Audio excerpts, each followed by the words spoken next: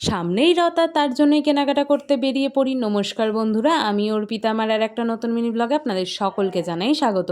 এই যে দেখো, এখানে মাকে আমি টাটা বাই বাই করে নিয়েছিলাম, কারণ আমাকে যেতে হচ্ছিল হঠাৎই পড়াতে যাওয়ার জন্য, কারণ আমার ফোন আসে আজকেই পড়াতে যেতে হবে। আর তারপরে এই যে বেরিয়ে পড়ি, আর যেতে যেতে এই দৃশ্যটা চোখে পড়ে। আর তারপরে এই যে দেখো, এখানে আমি বসে আছি কারণ আমার স্টুডেন্ট এখনও আসেনি। আর তারপরে এই যে আমিও পড়িয়ে টড়িয়ে বেরিয়ে পড়েছিলাম মা ওদের কাছে যাব বলে। আর আজকে দেখো, ওদেরকে বলেছিলাম তোরা একটু ভিডিও করে রাখিস, এই যে ভিডিও করেছে সব। আর এই যে মাঝখানে ওরা সোনার দোকানে গেছে, সেইটারও ভিডিও করে রেখেছে। এই যে দুজন মিলে বাইরে দাঁড়িয়ে দাঁড়িয়ে মজা করছে। আর তারপরে এই যে এখানে আমিও পৌঁছে যাই।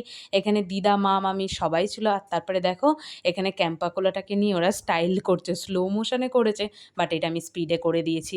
আর তারপরে এখানে আমি খেয়ে নিয়েছিলাম একটু দই ফুচকা। আর দেখো সামনে বাচ্চাটা কত কিউট।